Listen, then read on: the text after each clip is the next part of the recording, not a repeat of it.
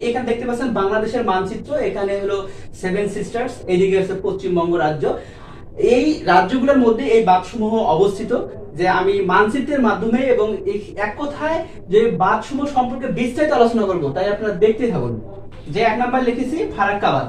এই যে ফারাক্কা বাঁধ যে রয়েছে এর অবস্থান যে মালদা মুর্শিদাবাদ, অর্থাৎ পশ্চিমবঙ্গের যে মালদা মুর্শিদাবাদ আছে সেখানেই ফারাক্কা বাঁধ অবস্থিত। আর এই যে ফারাক্কা বাঁধ, তাহলে আমরা কি দেখতে পাবো যে এই যে এখানে রয়েছে কিন্তু মালদা এবং মুর্শিদাবাদ। এই মালদা এবং মুর্শিদাবাদ জেলায় এই ফারাক্কা বাঁধ অবস্থিত।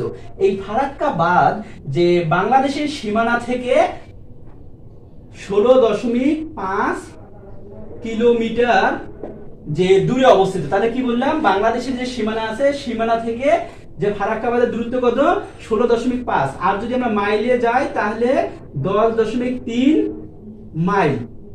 এবং এই ফারাক্কা বাঁধ যে কোন নদীর তীরে অবস্থিত, যে গঙ্গা নদীর তীরে অবস্থিত। তাই এই যে গঙ্গা নদীর তীরে যে ফারাক্কা বাঁধ অবস্থিত, যে এর ফলে যে পশ্চিমবঙ্গ সরকার কি করতে চেয়েছিল, অর্থাৎ ভারত সরকার যে ফারাক্কা বাঁধ দেওয়ার ফলে তারা এই গঙ্গা নদীর পানি যে হুগলি নদীতে স্থানান্তর করে যে কলকাতা শহরের নাব্যতা তারা ফেরাতে চেয়েছিল। কিন্তু এর ফলে কি হয়ে গেল, তখন দেখা গেল যে ফারাক্কা নদী এই বাঁধ দেওয়ার ফলে, অর্থাৎ গঙ্গা নদীতে এই ফারাক্কা বাঁধ দেওয়ার ফলে বাংলাদেশের যে রাজশাহী, কুষ্টিয়া এবং মেহেরপুর জেলায় যে দেখা যায় বন্যার সময় যে এই পদ্মা নদীর পানি অস্বাভাবিকভাবে বৃদ্ধি পায়। আপনাদের বলে রাখি, গঙ্গা নদী কিন্তু বাংলাদেশের পদ্মা নামে পরিচিত। তাহলে কি হয়, যে যখন বন্যা হয় তখন তারা বাঁধসমূহ খুলে দেয়, তো এর ফলে পদ্মা নদীতে কি হয়, পানি অস্বাভাবিকভাবে বৃদ্ধি পায়। তখন কি হয়, যে রাজশাহী, কুষ্টিয়া এবং মেহেরপুর জেলায় বন্যার সৃষ্টি হয়। কিন্তু শুষ্ক মৌসুমে আবার পানির অভাবে এখানে কি হয়, বিরাট বিরাট চর জেগে, অর্থাৎ পানি স্বল্পতায় ভোগে এই অঞ্চলের মানুষ। অর্থাৎ যে প্রিয় বন্ধুরা, যে এখানে আরো আপনাদের কিছু তথ্য দিয়ে রাখি, যে এই যে ফারাক্কা বাঁধের কথা বললাম, এই ফারাক্কা বাঁধ যে 1961 সালে নির্মাণ কাজ শুরু হয়ে যায়, আর 1971 সালে এই নির্মাণ কাজ শেষ হয়ে যায়, আর 1975 সালে এই ফারাক্কা বাঁধ কি করা হয়, উদ্বোধন করা হয়। অর্থাৎ বাংলাদেশ এবং ভারত যে ফারাক্কার যে পানি চুক্তি ছিল, এই পানি চুক্তি করে 1996 সালে।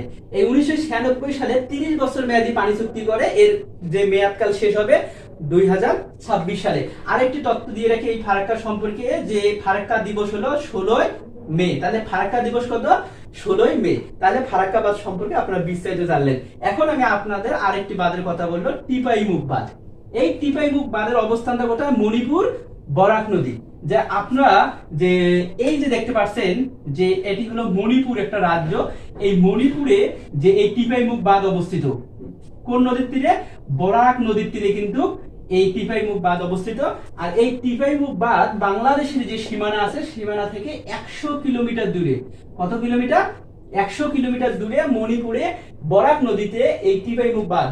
আর এই টিপাইমুখ বাঁধ দেওয়ার উদ্দেশ্যটা কি ছিল, যে উদ্দেশ্য ছিল যে তারা সেখানে বাঁধ দিয়ে বিভিন্ন ধরনের কৃষিকাজ বা সেচ প্রকল্প করবে, এবং তারা এই টিপাইমুখ বাঁধ থেকে তারা 1500 মেগাওয়াট কিন্তু বিদ্যুৎ উৎপাদন করে ভারত। যে এই টিপাইমুখ বাঁধ কোন নদীর তীরে অবস্থিত, বরাক নদীর তীরে। এই বরাক নদী যখন বাংলাদেশে প্রবেশ করে দুইটা অঞ্চলে বিভক্ত হয়ে যায়, দুইটা অংশে বিভক্ত হয়ে যায়, একটা সুরমা, একটা কুশিয়ারা। তাহলে এই তাহলে কিসের, টিপাইমুখ বাঁধ দেওয়ার ফলে সুরমা এবং কুশিয়ারা নদীতে অস্বাভাবিকভাবে কি পায়, পানি বৃদ্ধি পায়। এর ফলে সিলেট এবং সুনামগঞ্জ অঞ্চলে বন্যার সৃষ্টি হয়ে যায়। এখানে আমি লিখেছি যে কি হয়, সুরমা এবং কুশিয়ারা নদীতে অস্বাভাবিকভাবে পানি বৃদ্ধি পায়, আর সিলেট আর সুনামগঞ্জে বন্যার সৃষ্টি হয়ে যায়। তাহলে এটা হলো টিপাইমুখ বাঁধ সম্পর্কে আপনারা ধারণা পেলেন। প্রিয় বন্ধুরা, এখানে এখন যে বাঁধটির কথা বলবো সেটা হলো গজলডোবা বাঁধ। আর এটির অবস্থান কিন্তু জলপাইগুড়ি, তিস্তা নদীতে, অর্থাৎ পশ্চিমবঙ্গের জলপাইগুড়ি যে জেলা রয়েছে তার তিস্তা নদীতে এই গজলডোবা বাঁধ দেওয়া হয়েছে। এই বাঁধ যখন ছেড়ে দেওয়া হয় বন্যা মৌসুমে, তখন এই আমাদের রংপুর, কুড়িগ্রাম এবং লালমনিরহাট, অর্থাৎ রংপুর, কুড়িগ্রাম এবং লালমনিরহাট যে অঞ্চলে তিস্তার তীরবর্তী এলাকায় যে বন্যার সৃষ্টি হয়, কিন্তু শুষ্ক মৌসুমে এখানে পানির সংকটের সৃষ্টি হয় এই গজলডোবা বাঁধের কারণে। এখানে আরেকটি বাঁধ আপনাদের বলবো, এটি হলো সবচেয়ে গুরুত্বপূর্ণ, বর্তমান সবচেয়ে আলোচিত যে বাঁধটা সেটা হলো ডুম্বুর বাঁধ। এই ডুম্বুর বাঁধের অবস্থান কোথায়, ধলাই জেলা, ত্রিপুরা, গোমতী নদীতে। এই যে আপনারা যে অংশটুকু দেখতে পাচ্ছেন এটি হলো ত্রিপুরা রাজ্য। এই ত্রিপুরা ধলাই জেলায় গোমতী নদীতে এই ডুম্বুর বাঁধ অবস্থিত। এই বাঁধ দেওয়ার উদ্দেশ্যটাই ছিল যে ভারত সরকারের কি উদ্দেশ্য ছিল, তারা জলবিদ্যুৎ উৎপন্ন করবে অর্থাৎ বিদ্যুৎ উৎপন্ন করবে এবং শেষ কাজের জন্য। এবং এখানে আরেকটি তথ্য দিকে, এই ডুম্বুর বাঁধ থেকে কিন্তু বাংলাদেশ 40 মেগাওয়াট যে বিদ্যুৎ উৎপন্ন হয়, সেখান থেকে 40 মেগাওয়াট বিদ্যুৎ বাংলাদেশে সরবরাহ করা হয় 2024 সালের 21শে আগস্ট। যে এই গোমতী নদীর তীরবর্তী যে অঞ্চলগুলো রয়েছে এবং বাংলাদেশের 11টি জেলা এবং নিম্নাঞ্চল প্লাবিত করে। এর ফলে বাংলাদেশের সবচেয়ে বেশি ক্ষতিগ্রস্ত হয় ফেনী, কুমিল্লা এবং নোয়াখালী। যে প্রিয় বন্ধুরা, যে এই যে বাঁধ সম্পর্কে আপনাদের তথ্য দিলাম, আরো দু একটি বাঁধের কথা বলি। এখানে দেখবেন একটা ধুবড়ি বাঁধের কথা বলছিলাম। এই ধুবড়ি বাঁধ কিন্তু আসামে অবস্থিত, যেটা ব্রহ্মপুত্র নদীতে। এর ফলে ব্রহ্মপুত্র নদীর পানি কিন্তু নিয়ন্ত্রণ করা হয়। আর যখন যে বর্ষাকালে কিন্তু ময়মনসিংহ এবং জামালপুরে এটা কি করে, বন্যার সৃষ্টি করে দেয়। এটা হচ্ছে জলঢাকা বাঁধ, যেটি পশ্চিমবঙ্গে অবস্থিত এই তিস্তা নদীতে।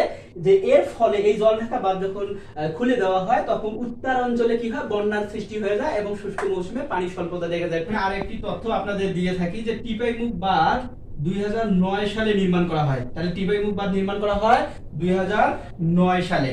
আর এই যে গজলডোবা বাঁধ যে আছে, এটি নির্মাণ করা হয় 1998 সালে। এই যে ডুম্বুর বাঁধ রয়েছে 1974 সালে নির্মাণ করা হয়, আর 1976 সালে এর কার্যক্রম শুরু হয়ে যায়। প্রিয় বন্ধুরা, আজকের এই ভিডিওটি যদি আপনাদের ভালো লেগে থাকে, তাহলে অবশ্যই আমার YouTube channel philosophy point subscribe করবেন এবং পাশে থাকা বেল বাটনটি ক্লিক করবেন সবার আগে নিত্য নতুন আপডেট পেতে। ধন্যবাদ সবাইকে।